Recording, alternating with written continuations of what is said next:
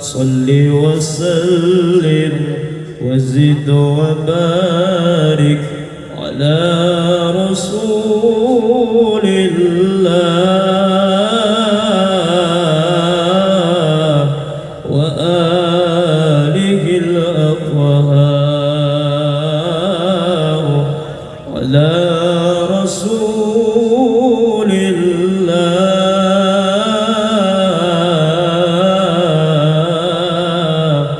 وصحبه الأخيار.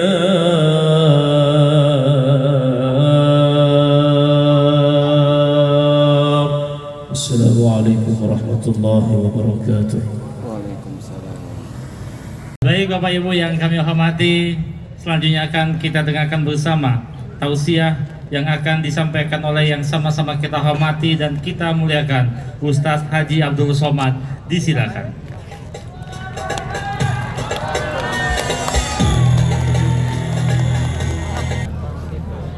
Bismillahirrahmanirrahim. Assalamualaikum warahmatullahi wabarakatuh. Memang sedap makan malam. Makan malam pakai bakso. Dari bunyi sambutan salam, nampaknya jamaah belum buka puasa. Apa kabar Bapak Ibu semua? Sehat? Hati sehat? Badan sehat? Pikiran sehat? Kantong sehat? Alhamdulillahi Rabbil Alamin. Allahumma salli ala Sayyidina Muhammad wa ala ali Sayyidina Muhammad. Semoga kita semua diakui sebagai umat Nabi Muhammad sallallahu alaihi wasallam. Semoga kita ketika nanti menghadap Allah termasuk yang mendapatkan syafaat Nabi Muhammad sallallahu alaihi wasallam. Amin ya rabbal alamin.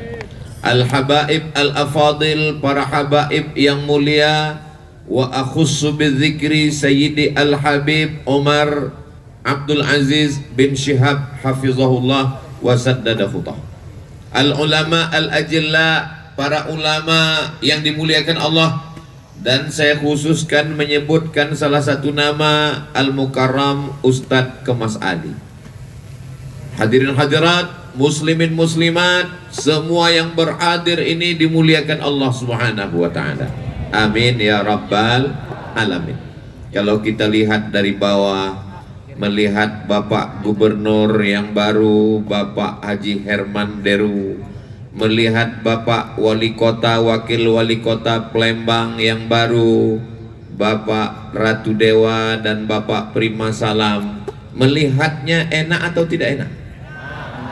Senang atau tidak senang?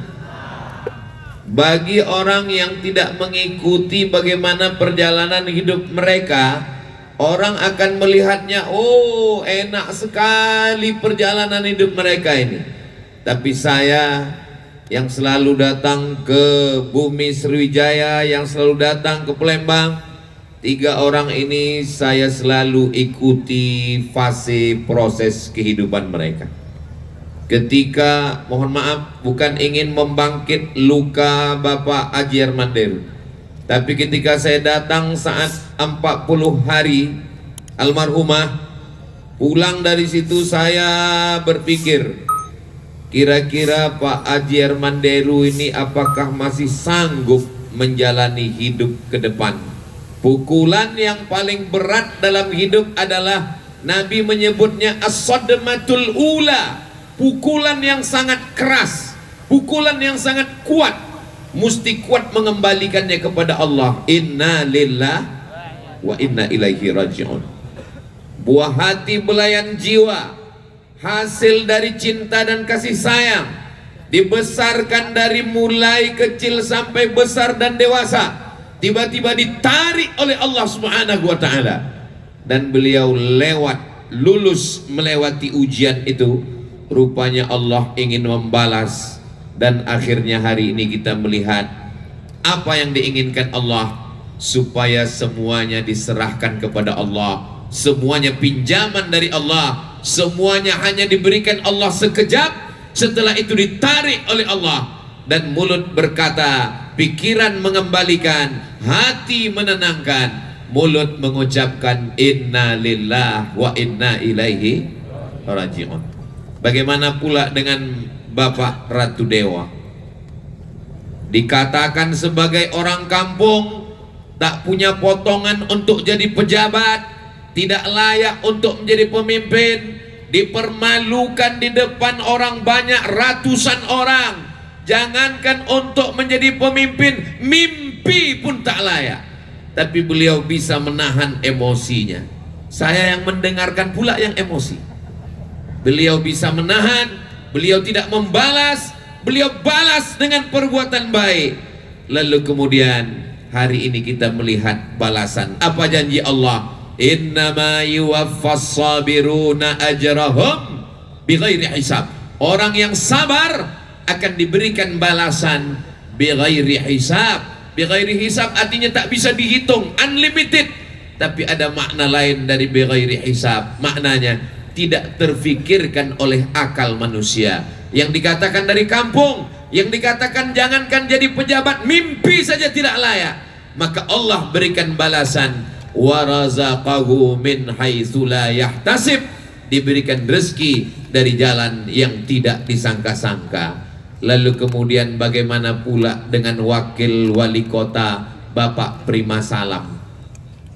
Saya melihat beliau datang ke rumah saya, sampai beliau pada level naik pesawat tidak lagi baca doa, mau selamat selamat, mau mati meletuplah pesawat ini. Sampai ketika beliau datang ke rumah saya setelah beliau pulang, besok pagi yang pertama saya tengok handphone, apakah ada kabar beliau sudah innalillahi wa inna ilaihi raji'un. Rupanya beliau lewati fase kehidupan itu. Akhirnya sampai 2025, 3 orang yang sudah melewati gelombang kehidupan, karangnya tajam, ombaknya deras, anginnya puting beliung. Akhirnya mereka sampai ke Pulau Harapan. Kenapa perlu saya sampaikan malam ini? Supaya kita semuanya mengambil pelajaran dari hidup kita. Mudah-mudahan kita semua pun lulus melewati ujian-ujian kehidupan ini, insya Allah. Amin ya Rabbal. Kadang kalau kita ini menyangka hidup kita inilah yang paling hebat ujiannya, hidup kita yang paling dahsyat cobaannya, kita menganggap hanya kita saja yang diuji Allah, yang lain tak ada ujiannya. Oh, enaklah kamu ya, pergi ke sana, pergi ke sini, jalan ke sana, jalan ke sini. Saya nggak bisa pergi kemana-mana. Saya hanya di rumah saja duduk. Kenapa kamu duduk di rumah? Kening saya bebisul, malu saya jumpa orang. Jadi saya di rumah saja. Sedangkan kamu enak sekali, nggak ada ujiannya. Ke sana kemari, jalan sana, jalan sini. Apa kata yang jalan sana, jalan sini? Menurut kamu, kamulah yang paling berat ujiannya karena kening kamu bebisul, malu kamu jumpa jiran, kawan, tetangga. Tapi kamu tak tahu ujian saya. Tahu kamu ujian saya kenapa saya ke sana kemari, jalan sana, jalan sini? Karena bisul di belakang saya tak bisa duduk. Jadi sebenarnya setiap kita ini punya masalah, bukan punya bisul. Saudaraku yang dimuliakan Allah Subhanahu wa taala, nampaknya air tenang, nampaknya tak bergelombang, tapi kita tak tahu rupanya di dalam itu air sangat mengerikan. Maka insya Allah kalau kita berserah kepada Allah, la haula wala quwata illa billah. Saya yakin dan percaya 3 orang yang berada di hadapan kita ini, yang sekarang sedang duduk di hadapan kita, adalah orang-orang yang ketika ujian itu datang, mereka kembalikan kepada Allah dan Allah berikan balasan. Begitu jugalah dengan Sayyidina wa Maulana wa Syafi'ina wa Zuhrina wa Qurrati A'yunina Muhammad sallallahu alaihi wasallam. Dijatuhkan Allah sejatuh-jatuhnya, serendah-rendahnya, lahir ke atas dunia, ayahnya sudah tidak ada. Dibesarkan umur 6 tahun, ibu dipanggil Allah Ta'ala. Dijaga oleh kakek datuknya, Abdul Muttalib pun meninggal dunia. Dijaga oleh paman pamannya Abu Thalib pun meninggal dunia. Dijaga, dipelihara, diselimuti, diberikan semangat oleh Khadijah. Khadijah pun dipanggil Allah Subhanahu wa ta'ala. Anak-anaknya Zainab, Ruqayyah, Ummu Kulsum, Fatimah Zahra, 3 meninggal dunia ketika Nabi masih hidup. Hanya Sayyidatuna Fatimah yang meninggal 6 bulan sesudah Nabi meninggal. Lalu bagaimana dengan anak laki-lakinya Al-Qasim, Abdullah, Ibrahim? Semuanya meninggal ketika dia masih hidup. Pergi ke Taif. Orang Taif tidak menyambutnya dengan Tola'al Badru alaina. Orang Taif tidak menyambutnya dengan marhaban ya Nural Aini, marhaban ya Jaddal Husaini. Mereka sambut dia dengan lemparan batu, kayu, kotoran unta. Tapi dia berserah diri kepada Allah. Kenapa kadang hidup ini begitu keras? Supaya sujud kita lebih lama, supaya terasa manisnya munajat Subhana Rabbiyal A'la wa bihamdih. Kenapa ujian itu begitu berat dalam hidup kita? Supaya kita hanya berserah kepada Allah. Inna salati wa nusuki wa mahyaya wa mamati lillahi rabbil alamin. Bapak Gubernur Sumatera Selatan, Bapak Haji Herman Deru, tetap menjadi negeri Darussalam, baldatun thayyibatun wa rabbun ghafur. Allah berikan itu kepada Bapak Ratu Dewa supaya apa? Supaya bisa dibuatnya Palembang ini berdaya. Dari mana Ustaz tahu? Ada tulisannya di sana. Bapak Ibu yang dimuliakan Allah Subhanahu wa taala, tentunya janji-janji insya Allah dengan kekuasaan Allah, dengan ada usaha dan ikhtiar akan terwujud insya Allah. Amin ya rabbal alamin. Di antara janji Bapak Prima Salam ke saya, nanti Ustadz Somad akan naik perahu di Sungai Musi, airnya jernih sampai nampak antu banyu mengikuti. Itu makanya sudah 3 hari saya di sini belum ada dibawanya lagi naik. Tapi ibu yang dimuliakan Allah Subhanahu wa taala, idza haddatsa kadzaba, kalau bicara dusta, wa idza wa'ada akhlafa, kalau berjanji ingkar, wa idza tumina khana, kalau diberi amanah berkhianat. Mudah-mudahan pemimpin kita diselamatkan Allah dari sifat-sifat ini dengan kita jaga dengan baik, kita doakan. Saya yakin dan percaya kemenangan mereka bukanlah kemenangan pribadi, tapi kemenangan umat, kemenangan dakwah, kemenangan para ulama, kemenangan para habaib, kemenangan para asatis, kemenangan masfurah, kemenangan kita bersama. Tidak ada lagi nomor-nomor, tidak ada lagi beda pilihan. Semuanya berbuat untuk Sumatera Selatan, untuk Palembang, menuju ridha Allah. Baldatun thayyibatun wa rabbun ghafur. Mudah-mudahan Allah meridhai kita semua insyaallah. Amin. Seandainya doa kita makbul dan doa itu cuman satu, jangan minta istri solihah, karena kalau istri solihah hanya kamu saja yang dapat nikmatnya. Seandainya doamu makbul, wahai perempuan, jangan minta suami yang soleh, karena kamu belum tentu mau berbagi dengan orang lain. Tapi mintalah pemimpin yang adil dan amanah. Kalau dia amanah, satu provinsi akan dapat nikmatnya. Kalau dia amanah, satu kota Palembang akan dapat rahmatnya. Berapa penduduk Palembang sekarang? 1.800.000 orang manusia. Yang tak percaya, hitung sendiri. Ustaz tahu 1.800.000 itu dari mana? Saya tanya Pak Wali tadi. Bayangkan, kalau 1.800.000 itu takut kepada Allah, melaksanakan ibadah, membayar zakat, sholat, maka pemimpinnya mendapatkan balasan kelipatan amal. Itulah yang dapat difahami dari surat Nabi kepada raja-raja yang dikirimkan Nabi. Aslim, masuk Islam kamu. Taslam, maka kamu akan selamat. Aslim, masuk Islam kamu. Falaka ajrani, kau dapat 2 balasan pahala. Hai Raja Mesir, masuk Islam. Kalau kau masuk Islam, rakyatmu akan dapat 2 balasan pahala. Hai Raja Romawi, masuk Islam. Kalau kau masuk Islam, maka rakyatmu beribadah, kau dapat 2 balasan pahala. Pertama, balasan sebagai pemimpin. Kedua, amal jariah karena rakyatmu ikut berbuat baik. Apa kata seorang filosof, sosiolog muslim bernama Abdurrahman Ibnu Khaldun, ar-ra'iyah ala dini mulukihim. Rakyat mengikut agama raja-rajanya. Kalau rajanya baik, rakyat ikut jadi baik. Kalau agama rajanya taat kepada Allah, rakyat menjadi ikut kepada Allah. Kenapa kalau disebut Melayu adalah Islam? Karena ketika ulama datang, raja-raja Melayu bersyahadat, asyhadu an la ilaha illallah wa asyhadu anna Muhammadan Rasulullah. Maka kalau sudah disebut Melayu pasti Islam. Melayu adalah Islam. Kalau ada Melayu tidak Islam, hilang me-nya, tinggal layunya. Kalau disebut Minangkabau itu Islam. Kalau ada Minangkabau yang tidak Islam, hilang Minangnya, tinggal kabaunya. Saudaraku yang dimuliakan Allah Subhanahu wa taala. Tapi Islam, wa ma arsalnaka illa rahmatan lil alamin. Islam tidak rahmatan lil muslimin. Islam tidak rahmatan lil mukminin. Islam rahmatan lil alamin, semesta alam.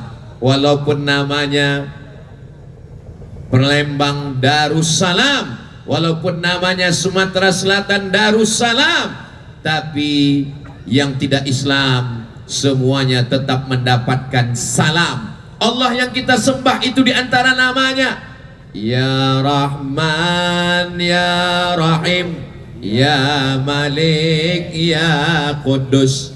Yang kelima, Ya Salam.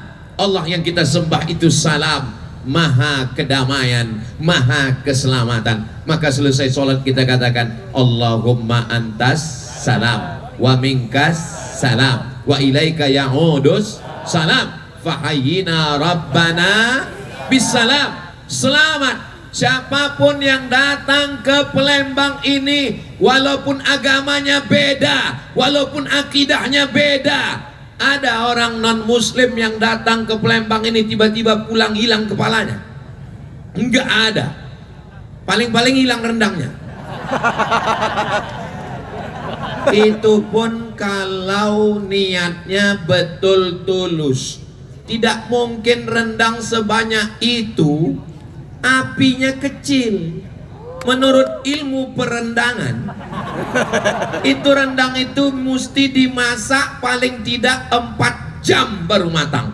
Apinya mesti besar, apalagi kalau sampai 100-200 kilo. Jadi kalau apinya kecil, rendangnya sebanyak itu ditinggalkan, itu memang namanya rendang konspirasi. Saya datang kemari sudah bertahun-tahun, dibawa oleh Sayyidi Habib Mahdi bin Syihab. Tadi sebelum kemari ziarah dulu ke makam beliau. Untuk Habib Mahdi bin Syihab, untuk Ustadz Taufik Hasnuri, untuk Ustadz Solhas Solihin Hasibuan, 3 orang yang selalu mendampingi saya kemana kemari. Sekarang tinggal 1 lagi, Ustadz Kemas Ali. Mudah-mudahan para asatis Maspuroh panjang umur sehat badan. Untuk asatis yang sudah mendahului kita semuanya, untuk mereka Al-Fatihah. A'udzubillahi minasyaitonirrajim. Bismillahirrahmanirrahim. Alhamdulillahirabbil alamin. Arrahmanirrahim. Maliki yaumiddin. Iyyaka na'budu wa iyyaka nasta'in. Ihdinas shiratal mustaqim, shiratal ladzina an'amta 'alaihim ghairil maghdubi 'alaihim waladdallin. Amin. Mudah-mudahan para asatis yang berjuang demi dakwah, mereka berjuang dengan tablik akbarnya, mereka berjuang dengan maulidnya, mereka berjuang dengan takbirnya. Tapi ada orang-orang yang tidak perlu tablik akbar, nggak perlu ceramah, nggak perlu maulid. Mereka hanya cukup dengan tanda tangannya, dia bisa menolong agama Allah. Mudah-mudahan Pak Gubernur, Pak Wali Kota diberikan ujung jarinya, dititipkan Allah untuk menolong agama Allah. Takbir! Orang yang paling rugi adalah orang yang pernah hidup, pernah dititipkan kekuasaan, tapi tidak dipakai untuk menolong agama Allah. Saya yakin dan percaya duduknya mereka ditampuk kekuasaan, ini adalah doanya para habaib, ini adalah doanya para ulama, ini adalah doanya para wali-wali Allah yang ada terkubur di tanah yang mulia ini. Mereka selalu minta kepada Allah supaya Islam tetap terjaga, supaya pondok pesantren terpelihara, supaya penghafal Quran terlindungi. Mudah-mudahan duduknya mereka menjadi rahmat buat kita semua. Mudah-mudahan itu diperkenankan, dikabulkan, apalagi di malam-malam Ramadan, yang malam ini kita sudah masuk pada malam yang ke-25. Betul? Hah? 20? Oh, saya mancing aja sebetulnya. Malam yang ke-24, kita masih ada 6 malam lagi, 25, 26, 27, 28, 29, 30. Kabarnya Nahdlatul Ulama dan Muhammadiyah sepakat bahwa Idul Fitri itu jatuh pada 1 Syawal. Bapak Ibu yang dimuliakan Allah Subhanahu wa taala. Lalu 6 malam ini apa yang kita lakukan? Titik nol Kota Palembang, titik nolnya adalah Masjid Agung. Ada orang titik nolnya di gunung, ada orang titik nolnya di laut. Tapi Palembang, Darussalam, titik nolnya adalah dari depan masjid.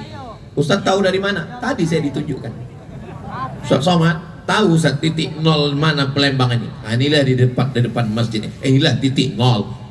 Betul. Titik nol orang Islam, titik nol orang beriman, titik nol Muslim adalah ketika saat dia dilahirkan. Asyhadu an la ilaha illallah.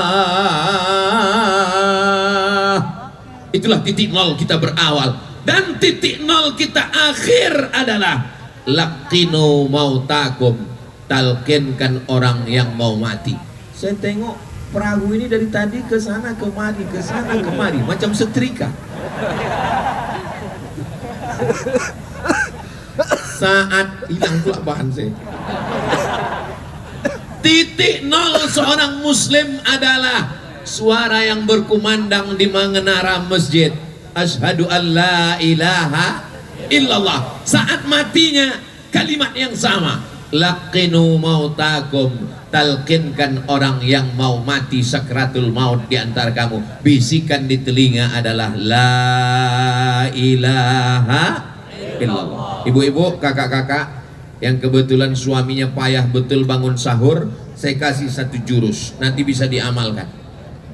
Bisikan ke telinganya, la ilaha illallah. Kenapa Ustaz terlambat ngasih taunya? Enggak apa-apa, praktekkan 5 malam ini. Siap?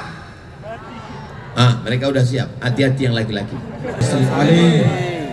Banyak juga di beberapa tempat yang saya kunjungi itu, kepala-kepala daerah, pejabat-pejabat nggak ngerti dengan selawat-selawat ini.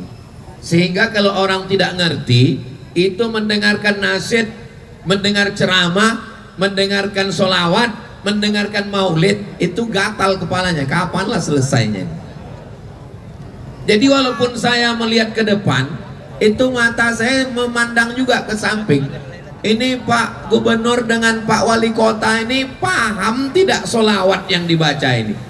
Rupanya beliau paham. Kata beliau ke saya, Ustaz Somad, itu yang mereka lantunkan itu kan solawat obat ya Pak Ustadz. Betul, tibbil qulub adalah obat hati. Itu maka saya lantunkan tadi. Cuman beda suaranya. Suara munsyid kita malam ini halus sekali. Saya ditanya Pak Herman Deru, Pak Gubernur, Ustadz Somad, itu suaranya kenapa halus? Karena pita suaranya itu rapat. Sedangkan kita ini yang suaranya kasar ini, itu pita suaranya itu jarang. Jadi saya termasuk suara yang kurang bagus. Ustadz Somad kalau bagus suaranya gimana? Saya kalau bagus suara saya datang ke KPU. Yang lambat ketawanya loading. Saudaraku yang dimuliakan Allah Subhanahu wa taala, Ada yang berdakwah dengan suaranya, ada yang berdakwah dengan ayat Quran hafalannya, ada yang berdakwah dengan tanda tangannya. Ini sudah makom yang diberikan Allah masing-masing. Jangan kita cemburu. Diberikan Allah ini kepada mereka supaya mereka menolong agama Allah dengan ujung jari mereka. Sedangkan saudara kita, adik-adik kita, para munsyid yang suaranya merdu, mereka menolong agama Allah dengan syiar lagunya, dengan serulingnya, dengan biolanya, dengan gambusnya, dengan utnya, dengan hadrohnya. Lalu kemudian ada pula yang berjuang menolong agama dengan pondok pesantrennya. Kullun ya'malu ala syakilatih, semua beramal dengan bidang yang diberikan Allah masing-masing. Semua kita ini ada bakatnya masing-masing. Ada yang tua yang bijaksana, Abu Bakar Siddiq. Anak muda yang bertenaga, Umar bin Khattab. Anak muda yang cerdas, Ali bin Abi Thalib. Anak muda yang banyak harta, Utsman bin Affan. Perempuan yang cerdas, Aisyah. Perempuan yang lama-lama saya yang terbang ini. Kita ini sudah diberikan bakat masing-masing. Coba pikirkan kita masing-masing. Saya ini orang tua yang berwibawa, Pak Ustadz, Abu Bakar Siddiq. Saya ini anak muda yang bertenaga, Pak Ustadz, Umar bin Khattab. Saya ini anak muda yang cerdas, Pak Ustadz, Ali bin Abi Thalib. Saya ini anak muda yang banyak harta, Pak Ustadz, himpunan pengusaha muslim, pengusaha muda. Berarti Utsman bin Affan. Setelah saya pikir-pikir, saya tak masuk satu pun, Pak Ustadz. Berarti Abu Lahab. Enggak mungkin. Pasti ada bakatnya masing-masing.